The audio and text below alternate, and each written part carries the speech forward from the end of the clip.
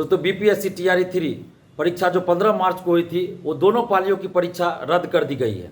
ये छात्र आंदोलन की बहुत बड़ी जीत है, क्योंकि बहुत सारे लोग लगे हुए थे, बड़े बड़े नेता लगे हुए थे, मंत्री विधायक भी लगे हुए थे कि परीक्षा रद्द ना हो। लेकिन ये छात्र आंदोलन का दबाव था। 21 मार्च को छात्र आंदोलन होना था और 20 मार्च को ही दोनों पालियों की परीक्षा को रद्द कर दिया गया। ये छात्र आंदोलन की बहुत बड़ी जीत है और इस जीत के लिए आप तमाम छात्र छात्राओं को, अभिभावक गणों को हम दिल से धन्यवाद देते हैं कि आप लोगों ने जो समर्थन दिया इस आंदोलन का, उसका असर हुआ। सोशल साइट्स पे जो आप लोगों ने कमेंट किया, वो सारा कमेंट सरकार के लोग देखते हैं और सरकार को लग गया कि आंदोलन में ये आंदोलनकारियों की जो संख्या होगी वो बहुत ज़्यादा होगी। और इसी आंदोलन के दबाव के चलते बीपीएससी टीआरई 3 की दोनों शिफ्ट की परीक्षा को रद्द कर दिया गया है। कुछ शिक्षकगण जो इस आंदोलन का समर्थन कर रहे थे, समर्थन में वीडियो भी बनाए, वैसे शिक्षकों को भी दिल से धन्यवाद। और कुछ ऐसे भी शिक्षक हैं जो आंदोलन का विरोध भी कर रहे थे और आंदोलन के विरोध में बहुत सारी चीजें कर रहे थे, अफवाह फैला रहे थे कि छात्र ना जाएं, छात्राएं आंदोलन में ना जाएं। तो ऐसे शिक्षकों को भी चिन्हित करने की जरूरत है, क्योंकि ये शिक्षक कहलाने के लायक नहीं है और वैसे शिक्षकों की पहचान भी की जा रही है। और आप लोग भी कीजिए और वैसे शिक्षकों का बहिष्कार कीजिए। दिलीप कुमार छात्र हित के लिए लड़ता आया है 8-9 साल से। हमको किसी से डर नहीं होता है, चाहे वो शिक्षक हो, नेता हो, मंत्री हो, विधायक हो, कोई भी हो, IAS IPS अधिकारी, हम किसी से डरते नहीं है। और जो भी शिक्षक इस आंदोलन को कमजोर करने का प्रयास किए हैं, उनका नाम कल उजागर किया जाएगा। आप लोग सिर्फ हमारा साथ दीजिए। बड़े बड़े लोग इसमें संलिप्त हैं। हम नीतीश कुमार जी को इस बात के लिए धन्यवाद देते हैं कि उन्होंने छात्र आंदोलन को देखते हुए परीक्षा स्थगित करवा दिया। इसके लिए नीतीश कुमार जी को धन्यवाद। साथ ही नीतीश कुमार जी से हाथ जोड़कर हम आग्रह भी कर रहे हैं कि कब तक ऐसा चलता रहेगा बिहार में, कब तक पेपर लीक होगा, परीक्षा रद्द होगी, कब तक चलेगा जनाब, बताइए थोड़ा। बिहार के लाखों युवा जानना चाहते हैं ये। आप 18 साल से बिहार के मुख्यमंत्री हैं, कब तक चलेगा? हम लोग जानना चाहते हैं कि कब तक चलेगा। पेपर लीक होगा, परीक्षा रद्द होगी, फिर से परीक्षा होगी, फिर शिक्षा माफिया कोई और तरीका ढूंढेंगे धांधली सेटिंग का। पेपर लीक नहीं कराएंगे तो अंदर से OMR सीट रहेंगे, OMR सीट नहीं रहेंगे तो मार्क्स बढ़ा देंगे पैसा लेकर। तो आखिर कब तक ये चलता रहेगा? क्यों नहीं एक बार आप शिक्षा माफियाओं पे सर्जिकल स्ट्राइक करते हैं? बिहार के युवा, बिहार के लाखों स्टूडेंट्स आपकी तरफ देख रहे हैं नीतीश कुमार जी, और आप चुप्पी साध लिए हुए हैं। आपकी छवि को धूमिल करने का प्रयास आपके ही अधिकारी कर रहे हैं, आपके ही करीबी नेता कर रहे हैं। आप पे भ्रष्टाचार का कोई आरोप नहीं लगा, हम लोग भी नहीं लगा रहे हैं। आपकी जो छवि रही है कि भ्रष्टाचार के खिलाफ आप कार्रवाई करते हैं, लेकिन इन शिक्षा माफियाओं पे कार्रवाई करने में आप चुप क्यों हो जाते हैं? क्यों बड़ी बड़ी मछलियों को बचा लिया जाता है? क्यों आपके अधिकारी, आपके मंत्री, आपके नेता शिक्षा माफियाओं को बचाने की पैरवी करने लगते हैं? इस पेपर लीक में बड़े बड़े नेता, बड़े बड़े IAS IPS, बड़े बड़े कोचिंग संचालक शामिल है। इन सभी पे सख्त कानूनी कार्रवाई कीजिए नीतीश कुमार जी, और एक कठोर कानून लाइए जिसमें शिक्षा माफियाओं को 3 से 6 महीना के अंदर स्पीडी ट्रायल करके सजा हो। जो अभ्यर्थी पकड़े जाए, जो सेटर दलाल शिक्षा माफिया हो, उसकी सारी संपत्ति जब्त की जाए। जो कोचिंग संचालक हो, शिक्षक हो, उसका कोचिंग बंद किया जाए, उसके कोचिंग पे बुलडोजर चलाया जाए। जो भी शिक्षा माफिया हो, उसके घर पे बुलडोजर चलाया जाए, उसकी सारी संपत्ति जब्त की जाए और 10 से 15 साल की सजा कम से कम हो।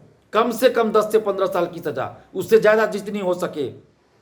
और अभ्यर्थी अगर कोई इसे संलिप्त पाया जाता है, कोई सेटर पाया जाता है, तो उसको सारी परीक्षाओं से प्रतिबंधित कीजिए।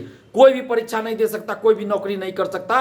अगर नौकरी में है, चाहे वो सेटर दलाल हो या अभ्यर्थी, तो नौकरी से उसको बर्खास्त कीजिए। 67वीं BPSC में कई लोग पकड़े गए थे, नौकरी में थे, सेटिंग से नौकरी में गए। 67वीं BPSC का पेपर लीक किए, उसमें पकड़े गए, फिर जेल गए, फिर बाहर आके नौकरी कर रहे हैं। तो क्यों नहीं नौकरी से वैसे लोगों को बर्खास्त किया जाता है? वैसे लोगों को बर्खास्त कीजिए। और प्रिंटिंग प्रेस, जिसपे बार बार ये कहा जाता है कि प्रिंटिंग प्रेस से क्वेश्चन लीक हुआ, प्रिंटिंग प्रेस से पेपर लीक हुआ, तो कहीं ये साजिश भी तो नहीं चल रही है कि पेपर लीक करो और प्रिंटिंग प्रेस पे जिम्मेवारी थोप दो कि वो है दोषी? तो ये भर्ती आयोग के द्वारा कोई साजिश तो नहीं चल रही है?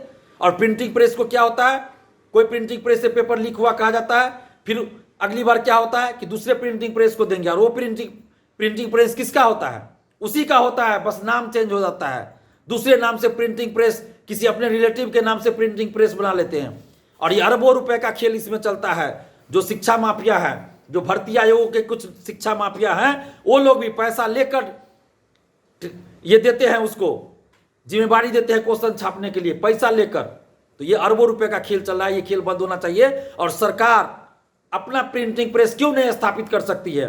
जब अरबों रुपए खरबों रुपए खर्च हो रहे हैं तो एक प्रिंटिंग प्रेस बनाने में क्या दिक्कत है? एक प्रिंटिंग प्रेस अपना ही स्थापित कर ले बिहार सरकार, जहां पे हर परीक्षा का क्वेश्चन की छपाई हो। हर परीक्षा, चाहे मैट्रिक, इंटर, ग्रेजुएशन या फिर प्रतियोगी परीक्षा हो, बीपीएससी का हो, बीएसएससी हो या कोई भी परीक्षा हो, सबकी क्वेश्चन की छपाई वहां हो, सरकारी संरक्षण में होगा। वहां जो अधिकारी होंगे उनका दायित्व बनेगा, कुछ गड़बड़ी होगा तो वो नपेंगे, तो उनके अंदर एक डर होगा।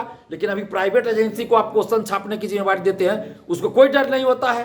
तो इसलिए प्रिंटिंग प्रेस की भी व्यवस्था की जाए बिहार में। और ये जितने भी बड़े बड़े शिक्षा माफिया हैं, चाहे वो कोचिंग संचालक हो, बड़ा से बड़ा या बड़ा से बड़ा नेता हो, उस पर कठोर कानूनी कार्रवाई कीजिए नीतीश कुमार जी। नहीं तो बिहार के युवा, जिनका भरोसा अब किसी नेता पे नहीं रहा, किसी पार्टी पे नहीं रहा, तो उस भरोसा तो खत्म हो चुका है। अगर आप कार्रवाई कर दी तो थोड़ा भरोसा बन भी सकता है। और बिहार के समस्त अभ्यर्थियों से अपील करेंगे कि आपने देख लिया कि पेपर लीक के खिलाफ आपके लिए कौन नेता, कौन पार्टी लड़ने आया, तो थोड़ा एक का भी नाम बता दीजिए। कोई नेता, कोई पार्टी आपके लिए लड़ने नहीं आया। सब राजनीतिक रोटियां सेकते रहे। विपक्ष में रहते हैं तो बड़ी बड़ी बात, सरकार में आए तो भूल जाते हैं। सबका यही हाल है, चोर चोर मौसेरे भाई वाली बात है। तो आप किसको वोट दीजिएगा, हमको जरा बता दीजिए। कौन नेता, कौन पार्टी आपके लिए लड़ने आया? जब आपके लिए कोई नेता, कोई पार्टी लड़ने नहीं आया तो आप किसी को वोट क्यों दीजिएगा? नोटा बटन दबाइए, नोटा बटन दबाइए। या आप में से कोई अभ्यर्थी चुनाव लड़ना चाहे, लड़िए चुनाव, हम लोग आपके लिए प्रचार करेंगे। आप लड़िए चुनाव, हम लोग प्रचार करेंगे आपके लिए। लेकिन आपकी छवि अच्छी होनी चाहिए, आप ईमानदार होंगे, आप संघर्षशील होंगे, हम लोग आपका साथ देंगे। जिनको भी इच्छा हो लड़िए इस लोकसभा चुनाव में, हम लोग आपका साथ देंगे।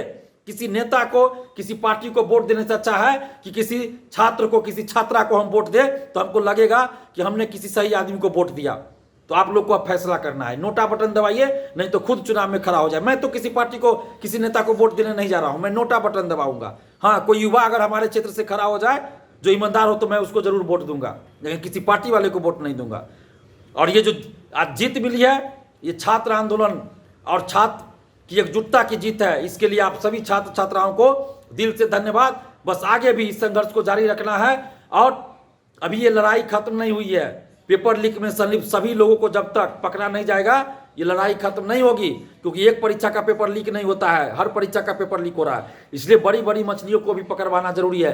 तो आप लोगों के पास भी जो भी सूचना हो, जानकारी हो, आर्थिक अपराध इकाई को दीजिए या हमें बताइए, हम आर्थिक अपराध इकाई तक पहुंचाएंगे। और पिछले 3-4 दिन से हम लोग आर्थिक अपराध इकाई भी जा रहे थे, जो भी जानकारी थी, जो भी सबूत था वो दे रहे थे। पिछले 2 दिन से, कल और आज, हम लोग दिन भर भींग भींग कर जगह जगह जा रहे थे। वर्षा हो रही है पटना में, लेकिन संघर्ष रंग लाया। हम सभी का जो सम्मिलित संघर्ष था, सामूहिक प्रयास था, वो रंग लाया। और कुछ अभ्यर्थी हमारे साथ पिछले 3 दिन से थे। दिन भर हम लोग खाने का भी मौका नहीं मिल पाता था, और हमारे चलते 3-4 और स्टूडेंट भूखे रह जाते थे दिन भर। तो हम सबको धन्यवाद देते हैं कि सब लोगों ने साथ दिया और ये छात्र आंदोलन की बहुत बड़ी जीत हुई। बस इस जुनून को, इस साहस को और इस एकजुटता को आगे भी बनाए रखना है, ताकि पेपर लीक में संलिप्त सभी लोगों पे कार्रवाई की जाए। धन्यवाद। जय हिंद।